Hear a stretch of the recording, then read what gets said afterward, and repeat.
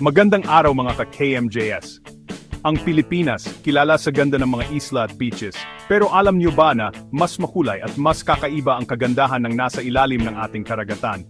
Dahil napapalibutan tayo ng tubig, hindi na nakakapagtaka na ang Pilipinas ay tahanan ng iba't ibang uri ng isda. May maliliit, may malalaki, may makulay, at siyempre, may mga kakaiba rin. Samahan niyo ako at ating kilalanin ang ilan sa mga pinakakakaibang isda na matatagpuan sa ating karagatan. Sigurado akong magugulat kayo sa mga katangian at itsura nila. Una sa ating listahan, ang butete, o mas kilala sa tawag na pufferfish. Ang kakaibang isdang ito ay kilala sa kanyang kakayahang lumobo kapag nasa panganib. Ang tinik sa dibdib ng mga mangingisda at paboritong itong exotic food naman ng iba. Sa kabila ng kanyang nakakatakot na reputasyon, marami ang nahuhumaling sa kakaibang lasa nito. Bakit kaya? Ito'y dahil ang butete ay may taglay na lason na tinatawag na tetrodotoxin. Ang lason na ito ay napakalakas at maaring makamatay kung hindi tama ang paghahanda. Huwag mag-alala, hindi naman nakamamatay ang lason nito kung tama ang paghahanda. Ang mga bihasang chef ay may espesyal na pagsasanay upang matiyak na ligtas itong kainin. Kapag nakaramdam ng panganib ang butete, lumolobo ito na parang isang bola. Ang paglobo nito ay isang mabisang depensa laban sa mga kalaban. Kaya nga tinawag itong pufferfish. Ang kanilang kakaibang anyo ay nagiging dahilan upang sila'y maging tanyag sa buong mundo. Ang paglobo na ito ay depensa nila laban sa mga kalaban. Sa ganitong paraan, nagiging mahirap silang kainin ng mga predator. Sa Japan, ang fugu, isang uri ng butete, ay isang sikat na delicacy. Ang mga tao ay handang magbayad ng mahal para lamang matikman ito. Pero dahil sa delikado ang lason nito, tanging mga lisensyadong chef lang ang pinapayagang maghanda nito. Ang mga chef na ito ay dumadaan sa mahigpit na pagsasanay at pagsusulit. Kaya naman kung gusto niyong tikman ang butete, siguraduhin niyong mahusay ang magluluto ha? Nakakabilib, hindi ba? Ang butete ay tunay na isang kamangha-manghang nilalang.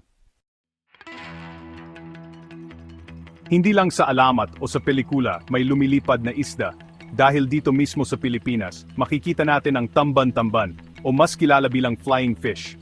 Hindi naman literal na lumilipad ang tamban-tamban, pero kaya nitong mag-glide o lumipad sa ibabaw ng tubig gamit ang kanyang mahahabang palikpik. Imagine, parang eroplano sa dagat. Bakit nga ba sila lumilipad? Ito'y para makatakas sa mga mandaragit tulad ng tuna at dolphins. Kaya naman kung makakakita kayo ng mga isdang tumatalon-talon sa dagat, malamang mga tamban-tamban yan na nagpapasikat ng kanilang talento sa paglipad. Kilala ang lapu-lapu sa sarap at linamnam ng kanyang karne. Pero alam niyo ba na mayroong uri ng lapu-lapu na kakaiba ang kulay? Ito ay ang lapu-lapu na asul o blue grouper. Kung ang karaniwang lapu-lapu ay kulay pula o kayumanggi, ang asul na variety nito ay bihirang-bihira at madalas makita lamang sa malalim na tubig. Kaya naman maswerte ang makakakita nito. Bukod sa kakaibang kulay, ang lapu-lapu na asul ay mayroon ding malakas na panga na kaya nitong durugin ang matitigas na shell ng alimango at kabibe. Tunay ngang isang pambihirang nilalang. Kung ang usapan ay laki, hindi magpapatalo ang susunod nating isda. Kilalanin natin ang sunfish o mola-mola, isa sa pinakamabigat na isdang buto-buto sa mundo. Isipin nyo, ang isang adult sunfish ay kayang umabot sa 2,000 kilos. Parang kasing laki na rin ng isang sasakyan. Ang sunfish ay may kakaibang hugis, parang malapad na bilog na tila putol ang katawan.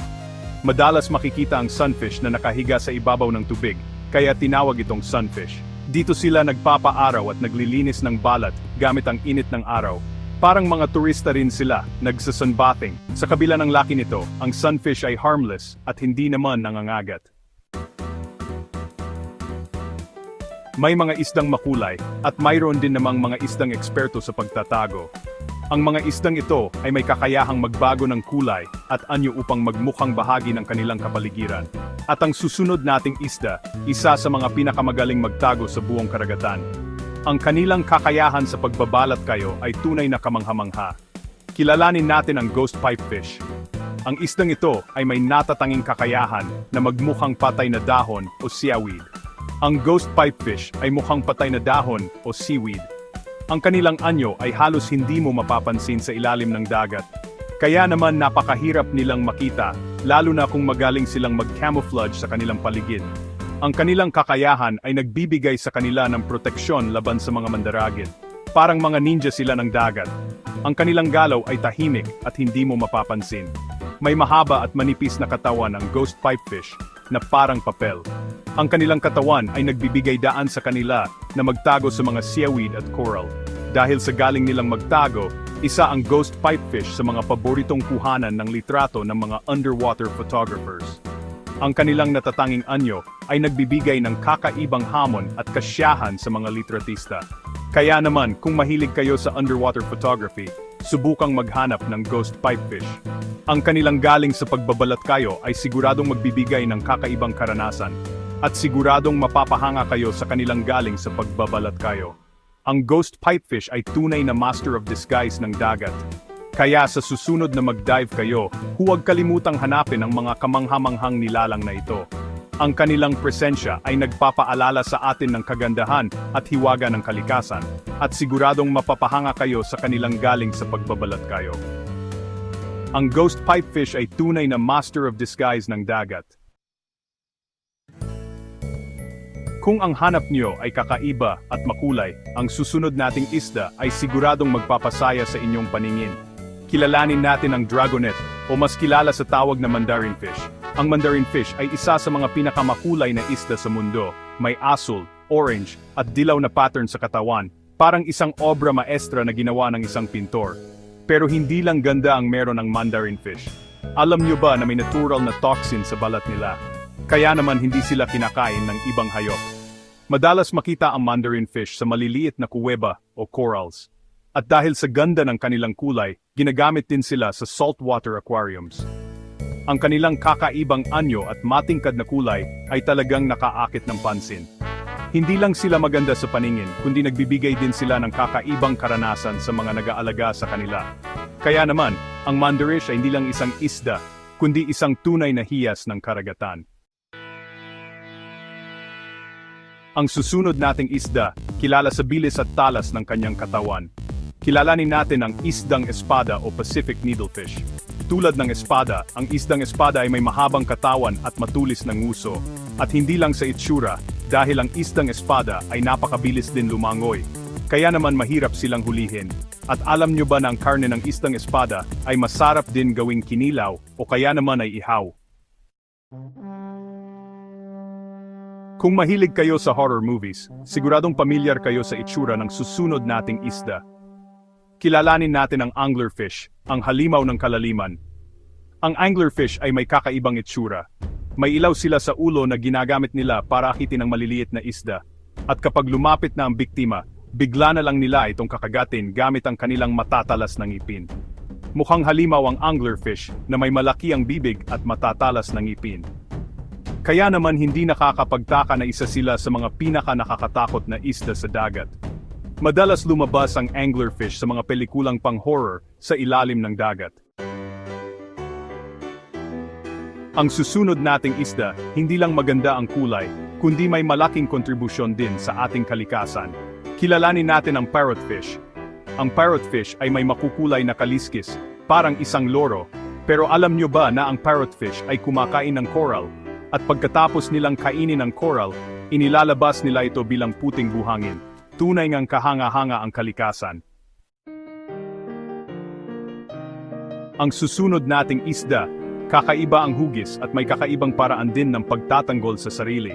Kilalanin natin ang boxfish. Tulad ng pangalan nito, ang boxfish ay mukhang parang kahon o cube. Hindi sila gaanong magaling lumangoy dahil sa hugis ng katawan nila. Pero huwag magkamali, dahil ang boxfish ay may natural na laso na inilalabas kapag sila ay nabahala. Kaya naman, hindi sila basta-basta inaatake ng mga mandaragit. Ang cute na anyo ng boxfish ay ginamit din bilang inspirasyon sa robotic fish designs sa marine technology. Kung ang hanap nyo ay kakaiba at weird, ang susunod nating isda ay siguradong magugustuhan nyo. Kilalanin natin ang stargazer fish. Ang stargazer fish ay nakalubog sa buhangin at tanging ang mga mata at bibig lang ang nakalabas. At kapag may lumapit na isda, bigla na lang silang sisipa pataas para kainin ito. Isa ang stargazer fish sa mga pinaka-weird looking na isda sa mundo. At ang panghuli sa ating listahan, ang Napoleon Ross, isa sa pinakamalalaking isda sa coral reef. Ang Napoleon Ross ay kayang umabot sa 200 sentimetro ang haba, parang kasing laki na rin ng isang tao. May kakaiba silang bump o bukol sa ulo, kaya tinawag silang Napoleon. Ang Napoleon Ross ay kumakain ng mga isdang mas maliit sa kanila. Sa kasama ang palad, ang Napoleon Ross ay isa ng endangered species dahil sa overfishing. At diyan nagtatapos ang ating paglalakbay sa mundo ng kakaibang isda sa Pilipinas. Alin sa mga isdang ito ang pinaka-nakakagulat para sa iyo? Napakayaman ng Pilipinas pagdating sa kakaibang buhay sa ilalim ng dagat. May gusto ka bang idagdag sa listahan? Ay comment mo na yan sa baba. Huwag kalimutang mag-subscribe at mag-click ng notification bell para updated ka sa mga susunod pa nating video. Hanggang sa muli, mga KMJS!